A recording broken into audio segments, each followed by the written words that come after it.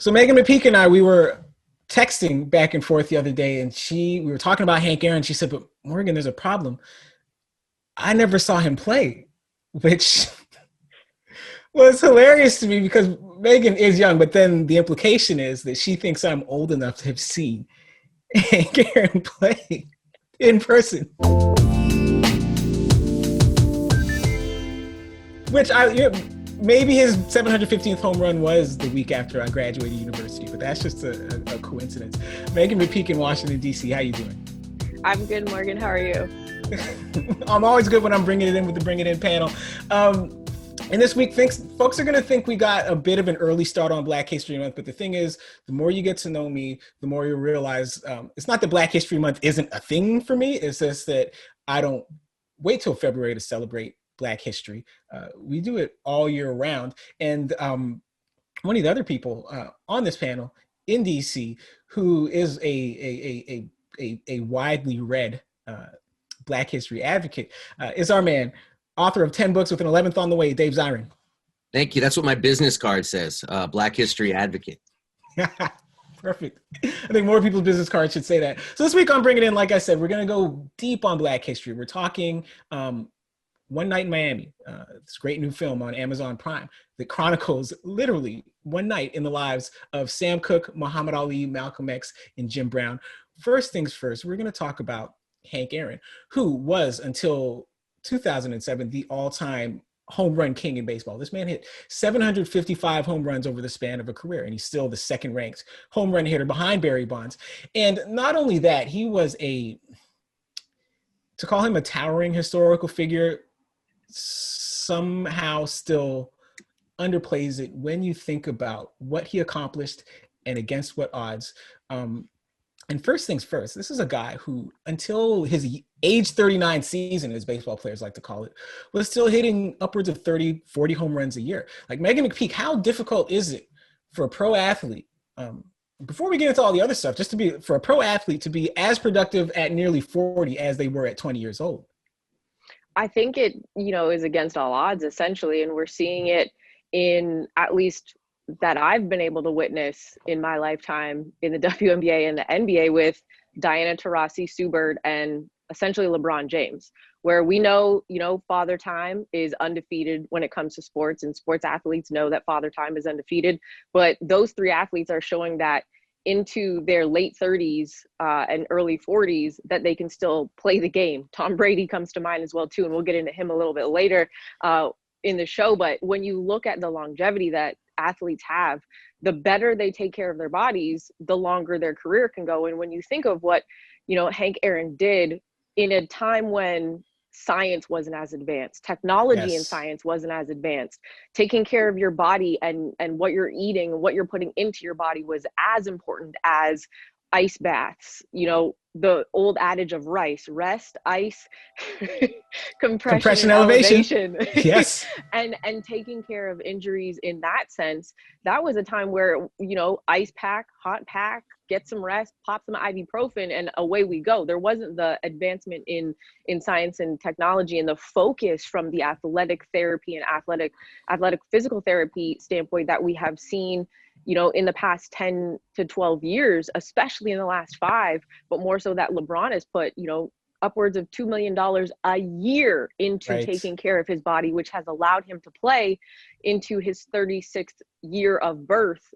And, in year 17 of the NBA, hoping to play with his son, Bronny, down the road. But the longevity that these players can play, it's nearly impossible. So to think of a player of Hank Aaron's caliber and doing it at a time, as I said, that taking care of the body was not such a focus for athletes and the training staff, he did the unthinkable. And it's a sad time in not only baseball, but sports to think that he passed.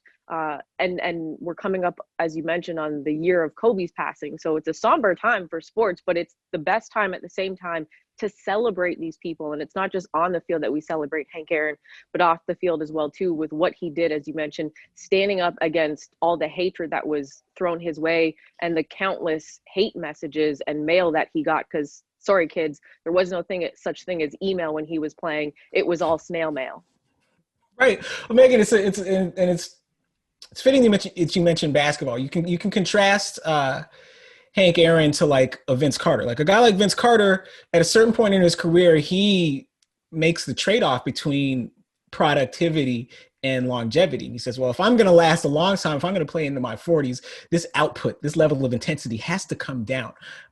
Whereas LeBron James is like, well, I'm going to play into my late 30s, still putting up big numbers across the board. And Hank Aaron is more LeBron James than Vince Carter, which again is stunning because it's so hard to do, especially in the days back then. You didn't have a designated hitter. You couldn't say, hey, play DH for a day so you don't have to run and throw and do all the rest of this stuff. And Dave Zirin, Hank Aaron is putting up these numbers. Like this guy is, let me look at the stats. 39 years old in 1973, hits 40 home runs. 402 on base percentage, for the modern stats fans, a 1.045 OPS at 40 years old in the pre-steroid era, while fielding up to 3,000 pieces of hate mail daily. Like, how much more titanic are his accomplishments given the obstacles, the racism he faced and he overcame? Oh, there are no words. The longevity stat that blows my mind is that Hank Aaron was selected for 25 All-Star games. I mean, that's never going to be touched. Tom Brady, 14 Pro Bowls. Henry Aaron, 25 All-Star games. So even this person we're supposed to measure longevity against, I mean, Henry Aaron puts it all to shame. And as you said, this was a time where people were smoking, unfiltered cigarettes in the dugout. So for him to be able to have that level of health and consistency is unbelievable. My other Henry Aaron stat that just blows the mind is that if he had never hit a home run in his entire career, he still has 3,000 base hits for his career. Right.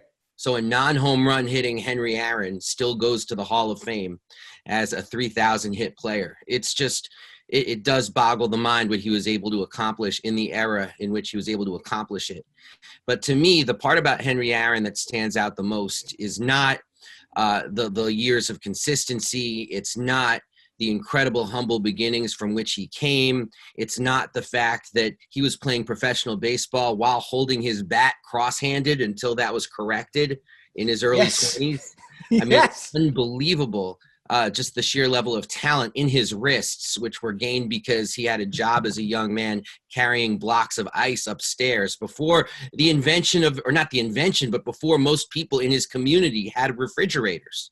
So he's carrying blocks of ice up the stairs, and it turned his wrists into tree trunks, the kinds of wrists that would put him in the discussion of all-time greatest athletes ever. But the part about Henry Aaron that just, to me, will always stand the test of time is actually when he didn't play baseball. It was the off season of 1973, because everybody thought he was going to hit number 715 and beat Babe Ruth in 1973. And he comes just short at the end of the year. So then he has to spend the entire off season until April 1974 receiving that aforementioned hate mail. Only Richard Nixon got more mail that year.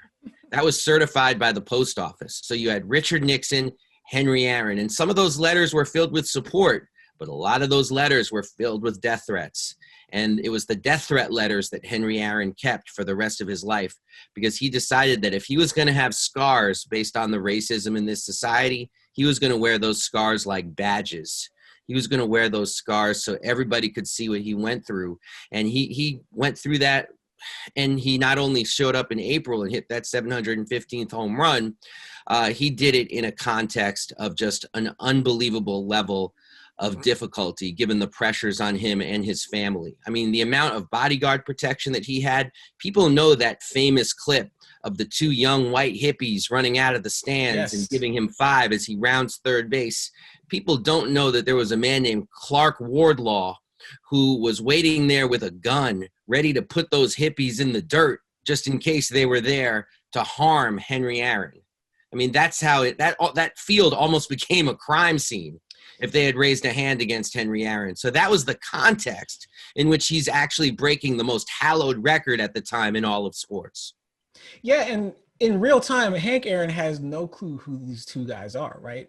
Especially when you're living under the cloud of all these death threats. And there's that story about him telling Dusty Baker, hey, don't sit next to me on the bench tonight because tonight is the night I think they're going to shoot, right? And or that the Morgan, just this blows my mind that the Atlanta Journal-Constitution had a pre-written obituary in case he was assassinated.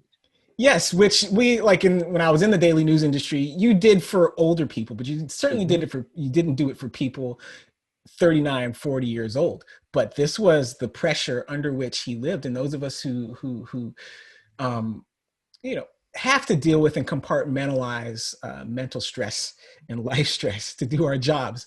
Can't do it. I can't imagine doing it at the level at which Hank Aaron did it. And again, to be that productive into that old age, when you see him hit that 715th home run as he circles the bases, that's not a young man running. That looks like Too Bad Me's Kirk Gibson circling the bases, but he's still productive, still hitting 20 home runs that season, which is, especially back then, was a big number. And like the stats about Hank Aaron, like the one that stands out to you is if you take out the 715 home runs, he still has 3,000 hits, which means he's still in the Hall of Fame, because this is what sports writers, this is how baseball writers evaluate players, is on big round numbers. The two things that stand out are two other stats that stand out to me about Hank Aaron are, one, that he had more walks in his career than strikeouts, which is very rare and something that no one ever does today, just because people just strike out more because the pitchers throw harder and there's less of a stigma to striking out. But at the same time, it is so rare to have that level of power output and that level of contact rate and that discerning of a batting eye. That is almost impossible to do. This is like the decathlete that runs 420 in the 1500, but can also run 10-1 in the 100 meters. It's almost physiologically impossible. But Hank Aaron managed to do it. And the other stat that stands out, it tells you almost everything you need to know, not just about the media environment he was operating in, but about sports writers as a group, because it's the baseball writers that vote for the Hall of Fame, is that Hank Aaron's first year of eligibility, they put it to a vote, and Hank Aaron receives somewhere around 98% of the vote, which means 2% of the voters looked at this man's body of work and were aware of all the stats that we've spent the last 10 minutes rhyming off, and said to themselves, you know what, Hank Aaron, you're not quite ready for the Hall of Fame. I know you have more home runs than Babe Ruth. You're not quite ready for the Hall of Fame. You might have to wait another year. Thankfully, the other 98% voted him in. But what it tells you is that sports writers often portray themselves as infallible, but often have it all wrong. Another time they had it all wrong, Dave, was February of 1964. And segue. Yes. Listen, that's why they pay me the medium bucks. Cassius Clay flies down to Miami to meet Sonny Liston for the world heavyweight title. And I had to go back and look, because there's always some revisionist history for us to want to portray Cassius Clay as the underdog in that fight, because it sounds better on this end. But when you look back at like the betting odds, like Sonny Liston was a prohibitive favorite. All kinds of people thought Muhammad Ali, or then Cassius Clay, at least until the end of the night, was going to lose that fight. He winds up winning decisively. And then after that, this really strange night ensues, where Muhammad Ali winds up hanging out with Malcolm X, who's already his friend and mentor, but also Sam Cooke, the singer, and Jim Brown, the football player with whom, Dave, you're very familiar. And they have this transformative evening that begins and crests and falls all before Muhammad Ali even gets a chance to talk to reporters, and Muhammad Ali even gets a chance to have a regular victory party. And it's all chronicled in this outstanding new feature film on Amazon Prime, One Night in Miami. Well, this is off to a hopping start. You all are a bright and shining future. You need to understand what is at stake here. Everything's not so black and white like you make it out to be. But we are fighting for our lives. Dave, Megan, you both had a chance to see it. Dave, what stands out to you the most about that film? Well, what stands out to me first and foremost is the brilliance, quite frankly. Written by Kent Powers, directed by Regina King. I mean, this isn't a historical documentary. This isn't a biopic. This is an imagining of what they discussed. And yes. I think a couple of things that they did in terms of their imaginings that were beautiful, if not truly radical, is that it's the best portrayal I've ever seen, frankly, about male friendship and about you see that so rarely on screen. Forget about the fame for a second, forget about who they are, but the interactions of men who clearly love each other on a level, and their ability to talk and share during a very difficult moment in their collective lives, I mean, I found to be extremely touching. The second part is that we very rarely, if ever, get the human Malcolm X. Yes. And the portrayal of Yes. Malcolm X by the actor Kingsley Ben-Adir, I think his name is. If I have that wrong, I apologize. But his portrayal of Malcolm X, I thought, was unbelievably moving, as somebody who was in flux and trying to figure out his life in the context of feeling hunted. That was beautiful. If I have a quibble with the film at all that I'm going to do based on historical knowledge, I mean, the film quite squarely uses Sam Cooke as a foil for Malcolm X. I'm not sure how true that is. And I only say that because I interviewed Jim Brown very extensively about what it was like in that hotel room. And the discussions that were had in the film, they hew very closely to what Jim Brown said to me took place. I mean, there was it was like everybody's eating vanilla ice cream. You know, there's a pull to go out and party, but at the same time, you know, both Cassius Clay and Malcolm X, they have things that they need to discuss. And Sam Cooke and Jim Brown, you know, were there sort of like along for the ride. And there was this tension and push-pull about, you know, because Malcolm, it's very complicated because Malcolm wants Cassius Clay to be a Muslim. He wants Cassius Clay to be part of the Nation of Islam, but at the same time, he's leaving the Nation of Islam and is curious about whether or not Cassius Clay will go with him to build this new organization. And Jim Brown described that tension to me, and even described Cassius Clay as saying, hey, do you think you can talk to Malcolm X a little bit in the other room and give me a little space here because I'm feeling just a tremendous amount of pressure and, you know, and I'm not sure what to do. That's what Jim Brown described to me. And I thought the film captured some of that. And it was just an incredibly moving experience to watch what I myself, from having talked to Jim Brown, what I had imagined in my own mind for so long, to see it actually play itself out, for me personally, was a very overwhelming and emotional experience.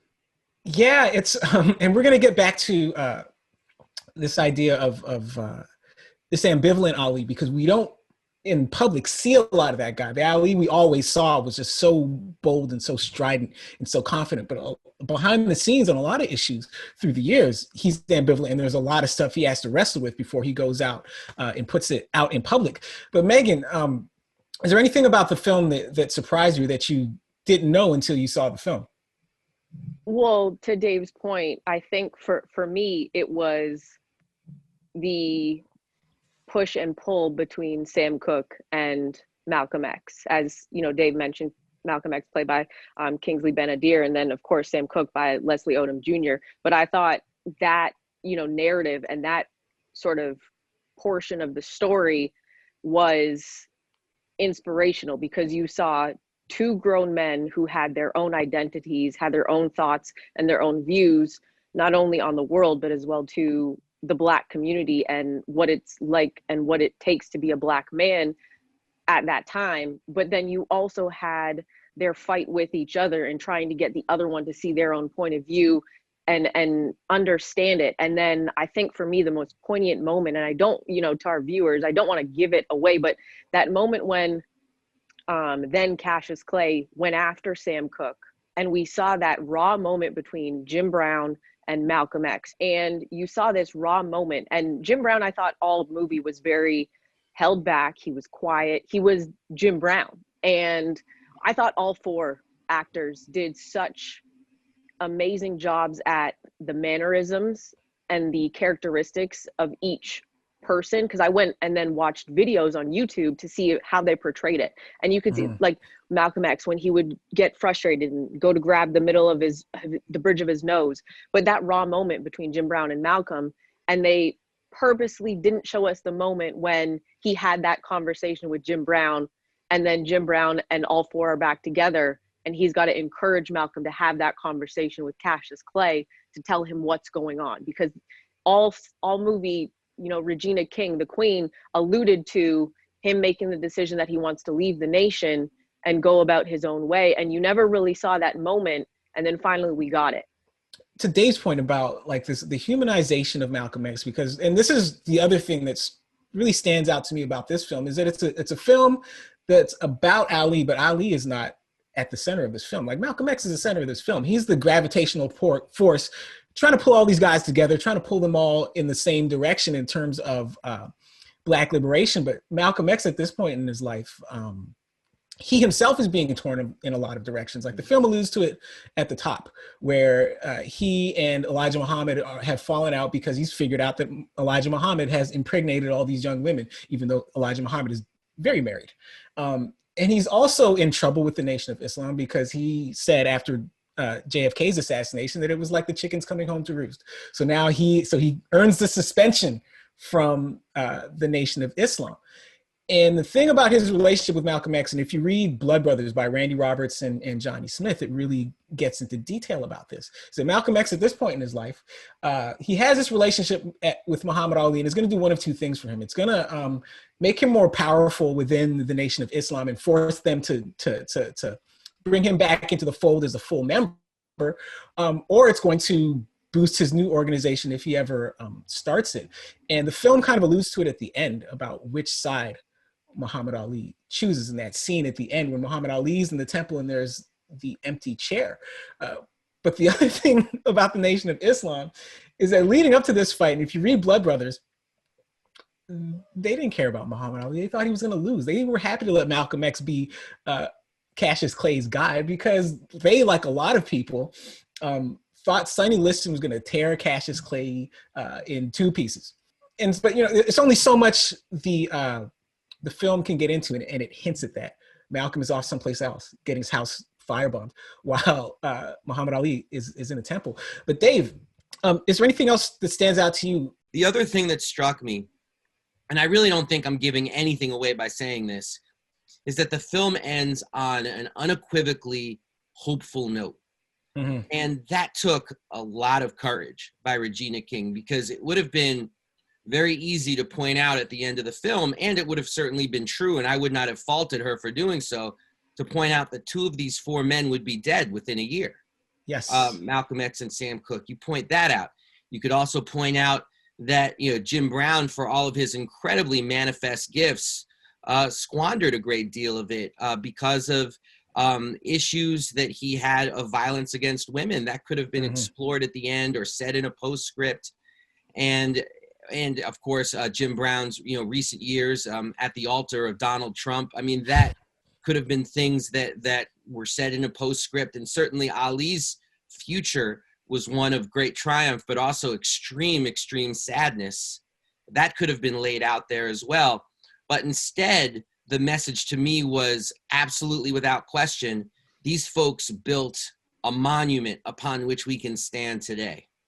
And what they were fighting for has led us to this point where you have Regina King directing this amazing film. Like I sort of felt like Regina King's almost a character in the film as I'm watching it.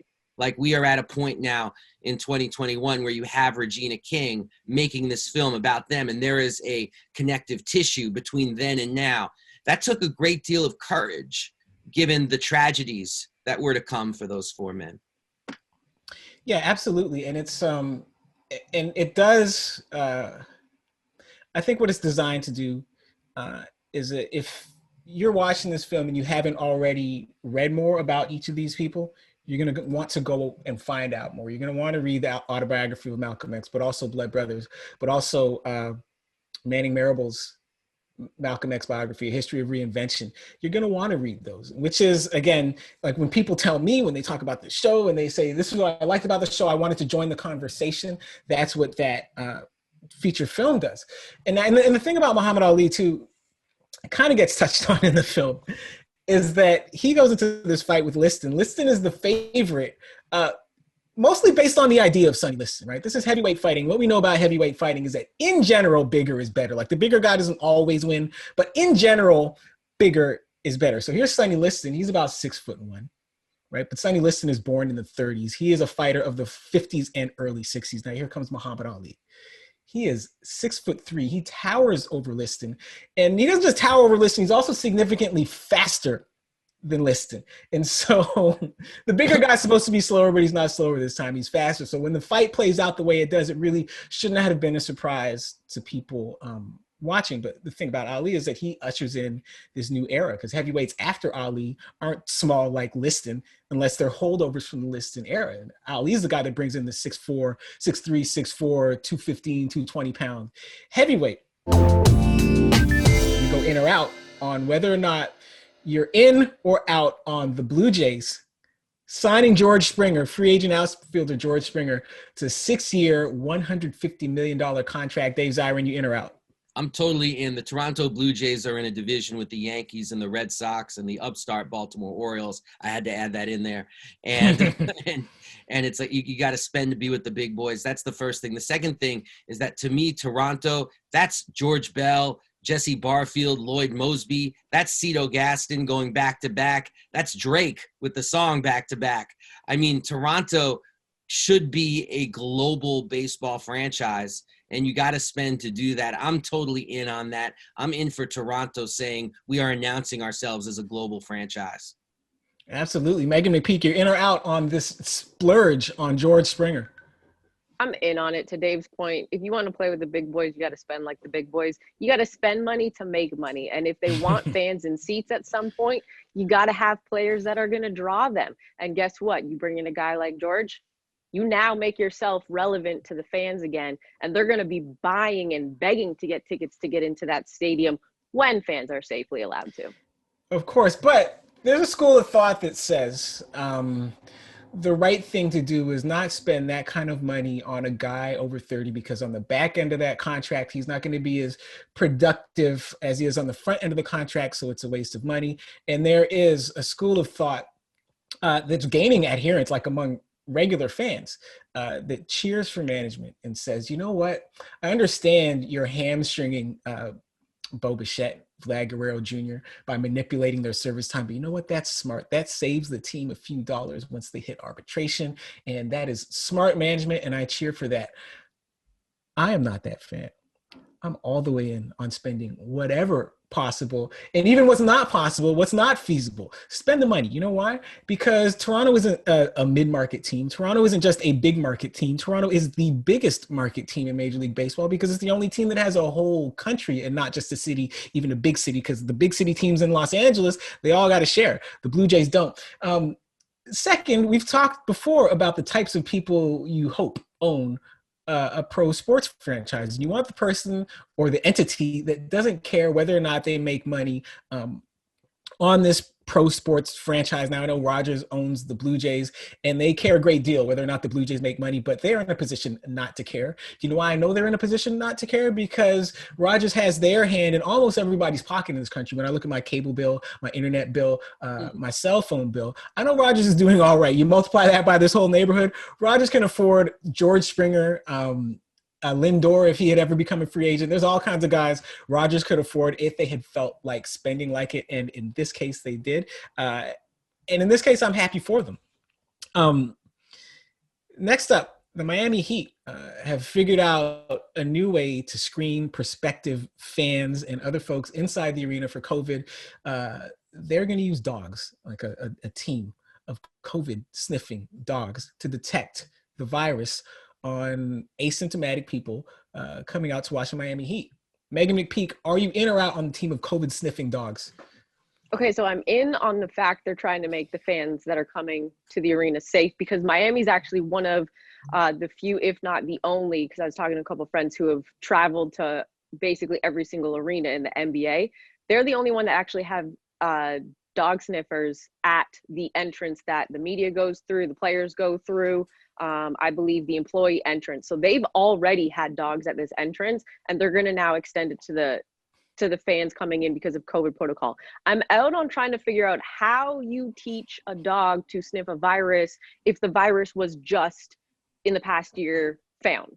Like, that's what I'm trying to figure out. Who actually is training these dogs? What are they using to train them to be able to smell COVID-19 virus? I'm so confused on that. I need the science. I need someone to break it down for me. I'm in on the safety. I'm out on how do you do this?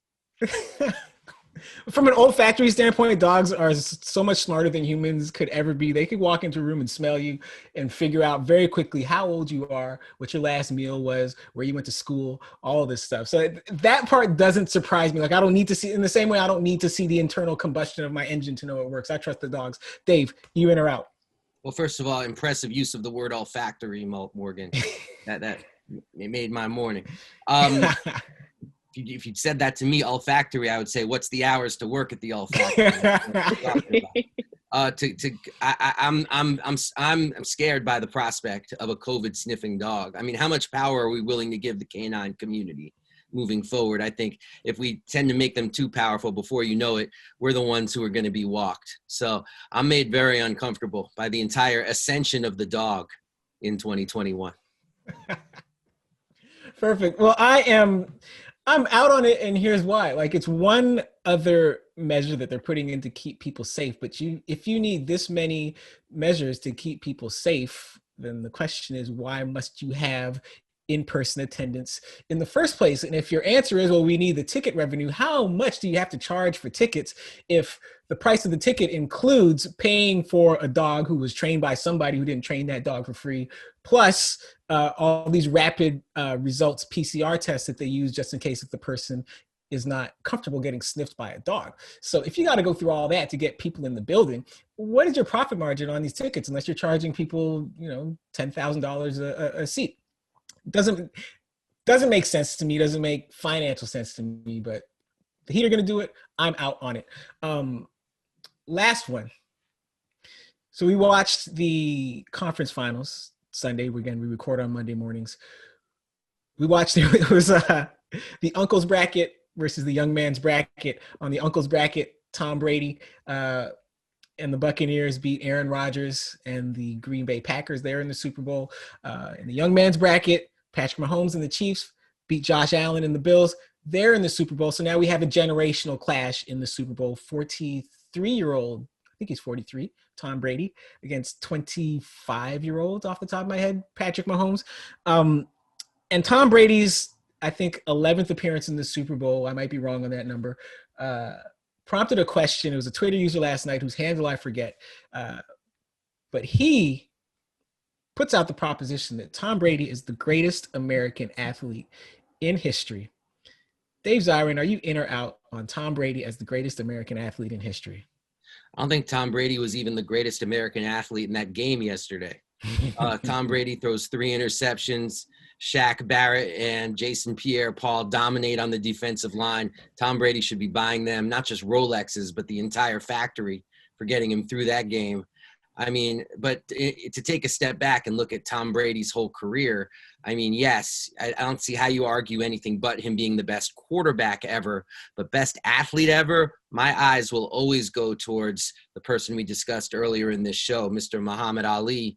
I mean, to take 3 years off of the prime of your career because you're being persecuted by the government, to come back in a sport like boxing, where, by the way, you're fighting fighters from all over the world, and you come back an entirely different fighter, one who learns to your own surprise that you can take a punch to the jaw like nobody who's ever done it before or since, when before that you were only the fastest to ever do it.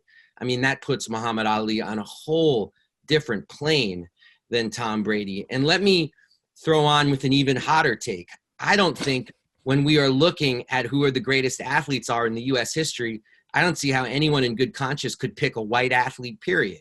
Because to be a black athlete in the United States is to carry a burden of representation that is imposed upon you that white athletes simply don't have to deal with.